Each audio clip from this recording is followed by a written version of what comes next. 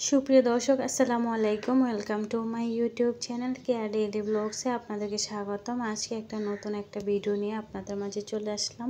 আশা করছি আপনাদের কাছে আমার ভিডিওটা ভালো লাগবে। যদি ভালো লেগে থাকে অবশ্যই লাইক দিয়ে দেখে দিবেন। আর এখানে আপনাদের সাথে কিছু আজকে রেসিপি ভিডিও শেয়ার করব। আর এখানে দেখেন আরও পাকিস্তানে আরও এখন যেহেতু আরুর সিজন, তো আপনাদের ভাইয়া আরও নিয়ে আসলো। আর আরুগুলো আমি পলিথিন থেকে এভাবে ট্রের মধ্যে রেখে দিচ্ছি, কারণ এগুলো একদম নরম হলে খারাপ হয়ে যায়। তো আমি মাঝে মাঝে এইভাবে রেখে আমি ফ্রিজে রেখে দিই। তো দেখেন এই তো একটা কিন্তু বেশি একটা ভালো পড়ে নাই। তো বাকিগুলা কিন্তু একদম কাঁচা টাইপের, এগুলা কিন্তু পাকাগুলোও কিন্তু অনেক মিষ্টি। আর যেহেতু প্রথম সিজন তো একটু একটু কাঁচা কাঁচা টাইপের। এগুলো কিন্তু লবণ মরিচ দিয়েও খাওয়া যায়। তারপর হচ্ছে এগুলো শরবত বানিয়ে কিন্তু খুবই টেস্টি লাগে। তো বন্ধুরা আজকে আপনাদের সাথে মিক্স সবজি তৈরি করব, কিভাবে পারফেক্ট লোভনীয় একটা মিক্স সবজি তৈরি করা যায়। তো আজকের ভিডিওতে আপনাদের সাথে শেয়ার করতে যাচ্ছি। তো বন্ধুরা মিক্স সবজি রান্না করার জন্য এখানে দেখেন আমি একটা পাতিলের মধ্যে তেল এবং পেঁয়াজগুলো একদম ব্রাউন কালার করে ভেজে নিচ্ছি। তো এই মিক্স সবজিটা যে এতটা মজা হয় এভাবে রান্না করলে, আর এটা আপনারা রুটি দিয়ে অথবা ভাত দিয়েও খেতে পারবেন। তো এখানে দেখেন এই তো পেঁয়াজগুলো কিন্তু ভাজা হয়ে গেছে। এর মধ্যে আমি আদা রসুন বাটা দিয়ে দিব। আর এই যে আজকে আমার রেসিপিটা যদি ফলো করেন অবশ্যই বিয়ে বাড়ির স্বাদ মতো হবে আমার এই মিক্স সবজিটা।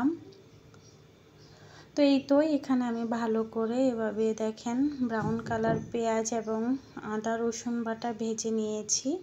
তো এখন আমি সবজিগুলো আগে থেকে কেটে রেখেছিলাম, কেটে আমি ধুয়ে রেখেছি।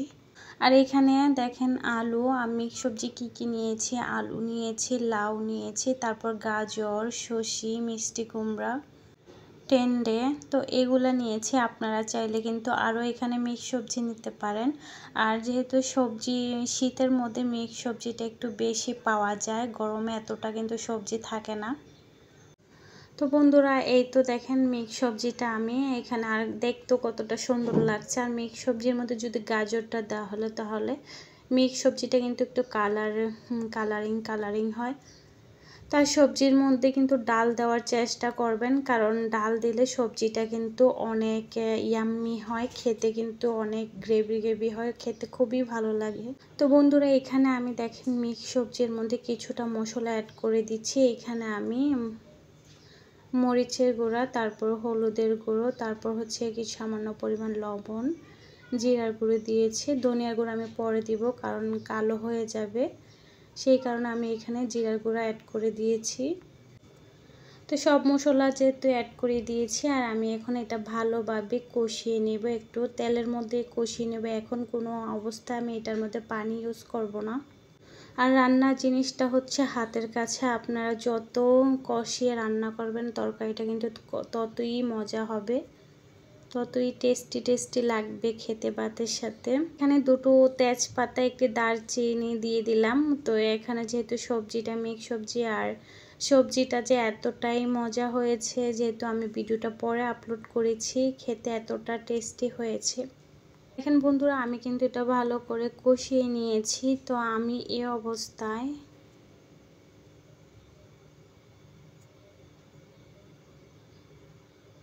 আমি কিন্তু পুরাটাই তেলের মধ্যে সিদ্ধ করে নিয়েছি, একদম চুলাটা কম হিটে। তো এইখানে আমি এই অবস্থায় পানি দিয়ে দিলাম।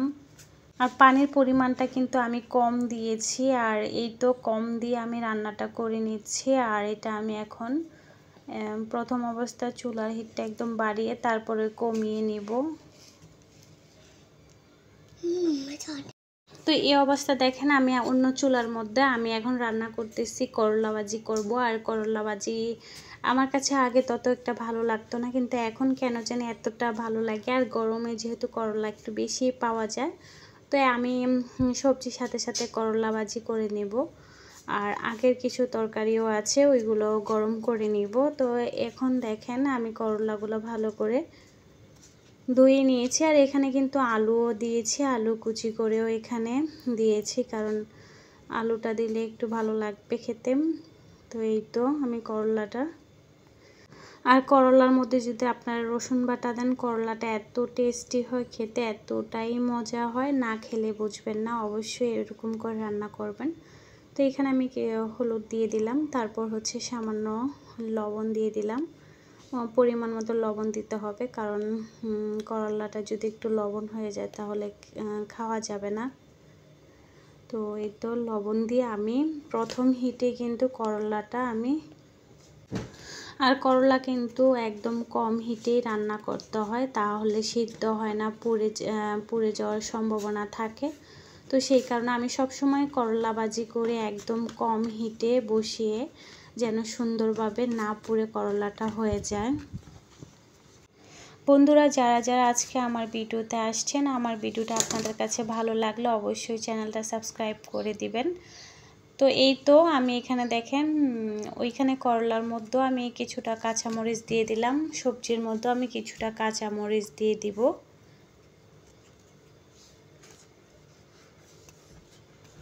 বন্ধুরা, আমার চ্যানেলের পাশে থাকা বেল আইকনটা অন করে রাখবেন, যেন নতুন নতুন ভিডিও ছাড়ার সাথে সাথে সবার আগে নোটিফিকেশন আপনাদের কাছে চলে যায়। আর সবজিটা আমি ওইখান দিয়ে কম হিটে রান্না করতেছি, কারণ এইখানে যেহেতু বুটের ডাল আছে, ওইটা সিদ্ধ হতে একটু টাইম লাগবে। আর এখানে দেখেন আমি কিন্তু একটু কাশ্মীরি মেথিও দিয়ে দিয়েছি। আপনারা শেষ পর্যায়ে কিন্তু কাশ্মীরি মেথিটা যদি হাতের কাছে থাকে দিবেন, তা না হলে আপনারা চাইলে মেথিও দিতে পারেন। তো এই তো দেখেন, আর মেথি দিলে সবজিটা খেতে খুবই টেস্টি হয়। তো এইখান দিক দিয়ে করলাটাও হয়ে গিয়েছে, আমি এটাও নামিয়ে নিব। আর ওইখান দিক দিয়ে আপনার সবজিটাও, মিক্স সবজিটাও হয়ে গিয়েছে।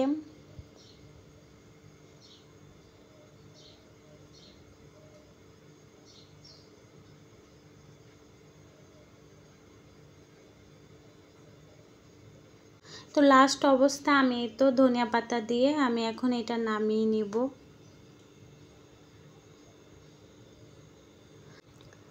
তো বন্ধুরা, যারা যারা আমার ভিডিওতে দেখেছেন তাদেরকে অসংখ্য ধন্যবাদ। তো আপনাদেরকে আমি ফাইনাল লুকটা দেখাবো কিরকম হয়েছে।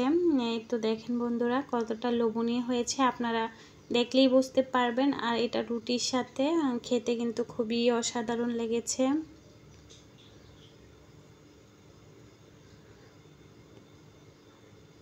বন্ধুরা, যারা যারা ভিডিও দেখছেন সুন্দর একটা কমেন্ট করে যাবেন। তো বন্ধুরা, সবাই ভালো থাকবেন, সবাই সুস্থ থাকবেন, সবাই সুস্থতা কামনা করে বিদায় নিচ্ছি। পরবর্তী আরেকটা ভিডিও নিয়ে আবার আপনাদের সঙ্গে চলে আসব। ততক্ষণ পর্যন্ত সবাই ভিডিওর অপেক্ষায় থাকবেন। আসসালামু আলাইকুম।